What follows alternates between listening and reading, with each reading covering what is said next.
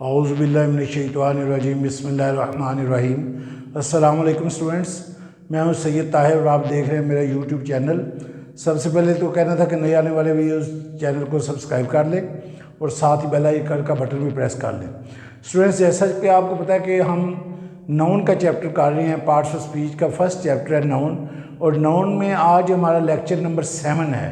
Students, आज हमने जो सीखना है वो है द यूज़ ऑफ अपास्ट्रॉफी। तो ये है द यूज़ ऑफ अपास्ट्रॉफी। अब आप यहाँ पे स्पेलिंग देखें, कितने मुश्किल और पेचीदा स्पेलिंग हैं, लेकिन अपास्ट्रॉफी क्या होती है स्टूडेंट्स? ये ब्रैकेट के अंदर आपको एक साइन नज़र आ रहा है कामा की तरह का, ये अपास्ट्रॉफी है ये, और इसका नाम क्या है? अपास्ट्रॉफी। ये स्पेलिंग है APOSTROPHE, और ये जो ब्रैकेट के अंदर साइन है इसका नाम अपास्ट्रॉफी है। और जब इसके साथ हम एस लगा देते हैं तो इसका एस का नाम बढ़ जाता है अपास्ट्रॉफी एस, और इसका उर्दू में मतलब होता है का, की, के वगैरह, का, की, के वगैरह। स्टूडेंट्स, इसको पोजेसिव केस भी कहते हैं क्योंकि अपास्ट्रॉफी जो है ये पोजेशन शो करती है। मसलन जब हम कहते हैं असलम्स बुक्स, असलम की किताबें, तो ये क्या यहाँ पे शो हो रहा है? पोजेशन, मिल्कियत शो हो रही है। तो लिहाजा ये पोजेसिव केस भी इसे कहते हैं। लफ्ज़ का, की, के का तर्जुमा बेजान और जानवरों के लिए आप से किया जाता है, जबकि इंसानों के लिए अपास्ट्रॉफी एस इस्तेमाल किया जाता है। याद रखें, इंग्लिश ग्रामर में लफ्ज़ का, की, के का मफहूम अदा करने के लिए हम बेजान और जानवरों के लिए आफ लगाएंगे, लेकिन इंसानों के लिए हम क्या करेंगे? हमेशा अपास्ट्रॉफी एस। याद रखें, ग्रामर में अगर आप इंसानों के लिए का, की, के का मफहूम अदा करने के लिए आफ लगाएंगे तो जुमला हमारा इनकरेक्ट होगा, वो जुमला दुरुस्त नहीं तस्वर किया जाएगा। मुल्कों के लिए दोनों का इस्तेमाल दुरुस्त है, यानी मुल्कों के लिए हम यूं भी कह सकते हैं the cricket team of Pakistan, दुरुस्त है, आफ लगाया हमने, या फिर पाकिस्तान क्रिकेट टीम, अपास्ट्रॉफी एस लगाया हमने पाकिस्तान के साथ। तो ये मुल्कों के लिए दोनों का इस्तेमाल मुल्कों के लिए दुरुस्त है। अब examples, these are books of mister Nasir. अब ये आपने देखा है कि ये इनकरेक्ट सेंटेंस है। क्यों? कि इंसानों के साथ हमने मिल्कियत शो करने के लिए क्या लगाना है? अपास्ट्रॉफी एस। तो करेक्शन क्या होगी students? These are mister Nasir's books. और नेक्स्ट सेंटेंस है this chair's leg is broken. अब ये जुमला गलत है क्योंकि बेजान चीज़ों के साथ हमने का, की, के का मफहूम अदा करने के लिए आफ लगाना है, ना कि अपास्ट्रॉफी एस। लिहाजा इसकी फिर करेक्शन क्या होगी? The leg of this chair is broken. और स्टूडेंट्स, आगे लिखा हुआ है जो नाउन एस पर ख़त्म हो उसके साथ अपास्ट्रॉफी एस नहीं लगेगा बल्कि सिर्फ अपास्ट्रॉफी लगेगी। याद रखें, जो जिस लफ्ज़ का आखिरी स्पेलिंग जो है वो एस हो, उधर का, की, के का मफहूम अदा करने के लिए हम अपास्ट्रॉफी एस नहीं लगाएंगे बल्कि सिर्फ अपास्ट्रॉफी लगाएंगे। For example, these are servants quarters. अब ये स्टूडेंट्स इनकरेक्ट सेंटेंस है क्योंकि सर्वेंट्स का आखिरी जो लफ्ज़ है, आखिरी स्पेलिंग है वो एस है, लिहाजा इसके साथ फिर अपास्ट्रॉफी एस नहीं आएगा का, की, के का मफहूम अदा करने के लिए, इसके साथ सिर्फ अपास्ट्रॉफी आएगी। फिर करेक्शन क्या होगी? These are servants quarters. अब ये जुमला करेक्ट है। नेक्स्ट एग्जांपल है I have read Keats poetry. अब आपको पता है जॉन कीट्स का नाम जो है, उसका जॉन कीट्स का मुकम्मल नाम जॉन कीट्स है, और कीट्स का आखिरी जो स्पेलिंग है वो एस है, लिहाजा अब इसके साथ फिर अपास्ट्रॉफी एस नहीं लगेगा, इसकी फिर सिर्फ अपास्ट्रॉफी लगेगी। तो करेक्शन क्या होगी? I have read Keats poetry. Students, next है we add apostrophe s to the end of nouns and noun phrases to express a number of relationships as well as possession। यानी जब भी possession की बात होगी तो हम apostrophe s लगाएंगे। For example, allies house, Ali का घर। अब यहाँ पे हमने apostrophe s लगाना है। possession की मिल्कियत जब भी हमने शो करनी है स्टूडेंट्स, तो हमने क्या करना है? स्पेशल इंसानों की मिल्कियत, इंसानों के साथ हमने क्या लगाना है? अपास्ट्रॉफी एस। नेक्स्ट है फैमिली रिलेशनशिप, अगर हमने शो करना है तो फिर भी हमने अपास्ट्रॉफी एस लगाना है। For example, allies cousin, Ali के आगे अपास्ट्रॉफी एस है, उसके आगे कज़न। अली का कज़न। और नेक्स्ट है पार्ट्स ऑफ द बॉडी, जो इंसान के पार्ट्स ऑफ द बॉडी हैं इनके साथ भी हमने apostrophe s लगाना है। For example the patients legs. और नेक्स्ट है creation, for example Einstein's theory. Einstein आपको पता है साइंसदान का नाम है, उसके आगे apostrophe s है, आइंस्टाइन्स थ्योरी। और नेक्स्ट है प्लेसेस के साथ भी एशियाज लार्जेस्ट कैपिटल सिटीज़। अब एशिया के साथ apostrophe s हमने लगाया है।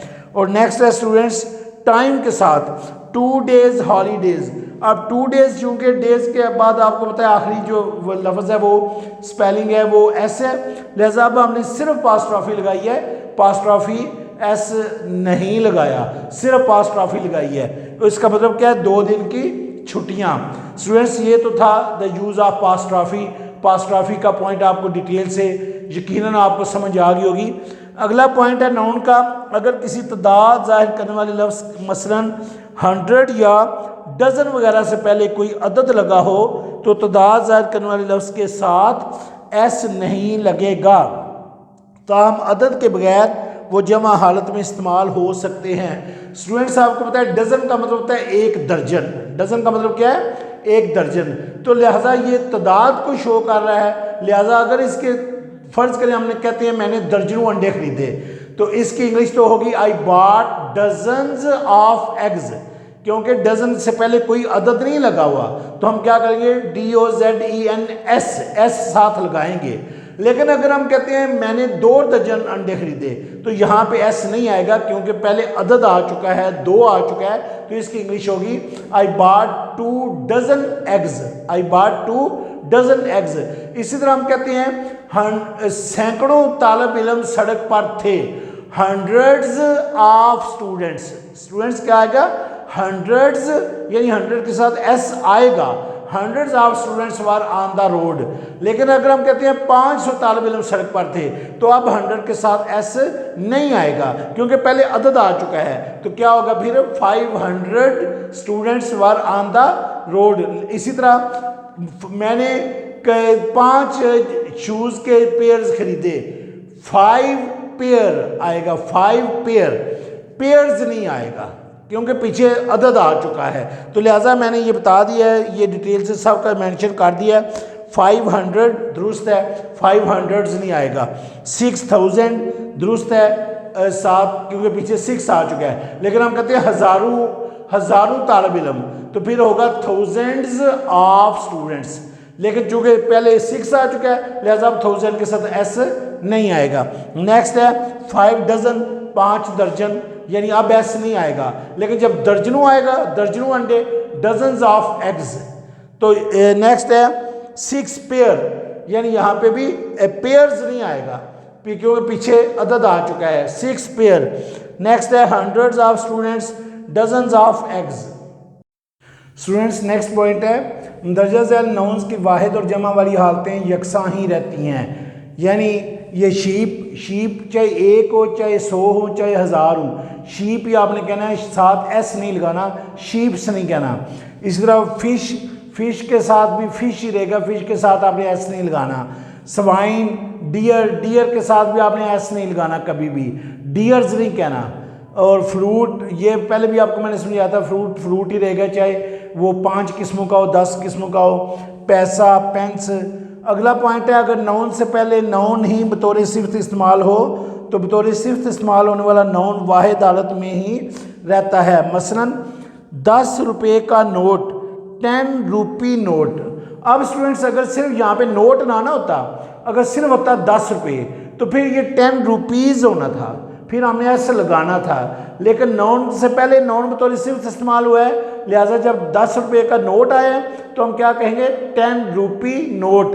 इसी तरह नेक्स्ट एग्जांपल है 5 मील की सैर, 5 माइल वॉक। अब यहाँ पे अगर सैर ना होता, सिर्फ होता 5 मील, तो फिर हमने क्या कहना था, 5 माइल्स। नेक्स्ट पॉइंट है वर्क आमतौर पर वाहिद के तौर पर इस्तेमाल होता है। मसलन he is looking for work, वो कोई काम तलाश कर रहा है।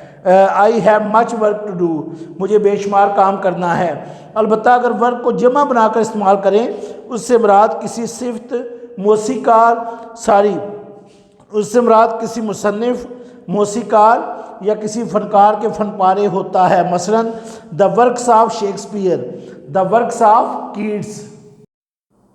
तो स्टूडेंट्स मज़ीद वर्क्स का इस्तेमाल क्या है? The activity involve in building something on a large scale.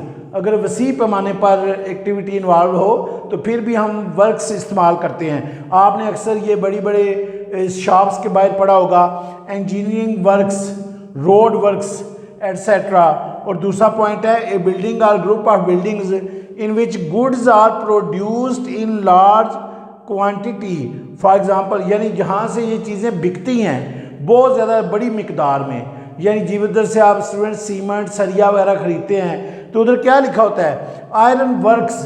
उधर अक्सर हम कंफ्यूज हो जाते हैं कि आयरन वर्क्स क्यों आया है, तो लिहाजा इसलिए चूँकि बड़ी मिकदार में उधर से वो माल मिलता है तो क्या लिखेंगे? Iron works, gas works, cement works etcetera.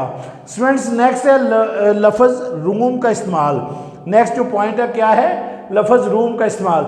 याद रखें ये जो हमारी बैठने की, खड़ा होने की, इंसान की बैठने की या खड़ा होने की जगह होती है ना, तो उसके लिए हमने रूम इस्तेमाल करना है। लेकिन हमें अंग्रेज़ी आती कोई नहीं है, हम प्लेस इस्तेमाल कर रही होती हैं। प्लेस इस्तेमाल हरगिज़ नहीं करना। बस ये देखें, किसी चीज़ या जगह पर बैठने, खड़ा होने या कुछ रखने की गुंजाइश को जाहिर करने के लिए रूम इस्तेमाल होता है। For example, there is no place for me in the car. ये गलत है जुमला, क्योंकि प्लेस नहीं आएगा। इंसान के बैठने की या खड़ा होने की जगह के लिए उसकी ट्रांसलेशन हमने किससे करनी है? लफ्ज़ से, रूम से। तो इसकी करेक्शन होगी there is no room for me in the car, there is no room for me in the rickshaw. Rickshaw में मेरे लिए कोई जगह नहीं है। There is no room for me in the bus, bus में मेरे लिए कोई जगह नहीं है। There is no room for me to stand here, मेरे लिए यहाँ पे खड़ा होने के लिए कोई जगह नहीं है। तो याद रखें हमेशा हमने लफ्ज़ रूम इस्तेमाल करना है, स्पोकन इंग्लिश में भी और रिटन इंग्लिश में भी। और नेक्स्ट है स्टूडेंट्स लफ्ज़ फैमिली मेम्बर की हैसियत। अब हम गलत अंग्रेजी इस्तेमाल कर देते हैं। फैमिली मेम्बर कोई लफ्ज़ नहीं है। क्या होगा? फैमिली मेम्बर या स्टाफ मेम्बर गलत अंग्रेजी है, लिहाजा करेक्शन क्या होगी? मेंबर ऑफ द फैमिली और मेंबर ऑफ द स्टाफ, ये दुरुस्त अंग्रेजी है। यानी आपने स्पोकन इंग्लिश में भी और रिटन इंग्लिश में भी मेंबर ऑफ द स्टाफ कहना है या मेंबर ऑफ द फैमिली कहना है, फैमिली मेंबर या स्टाफ मेंबर नहीं कहना। तो स्टूडेंट्स यकीनन आपको ये आज बहुत ही मैंने आपको इम्पॉर्टेंट और इंटरेस्टिंग रूल्स बताए हैं, आपको ज़हनशीन हो गए होंगे। आपने इनको इस तरीके से नेक्स्ट टाइम यूज़ करना है। अपना बहुत ज़्यादा ख्याल रखिएगा। अल्लाह हाफिज़।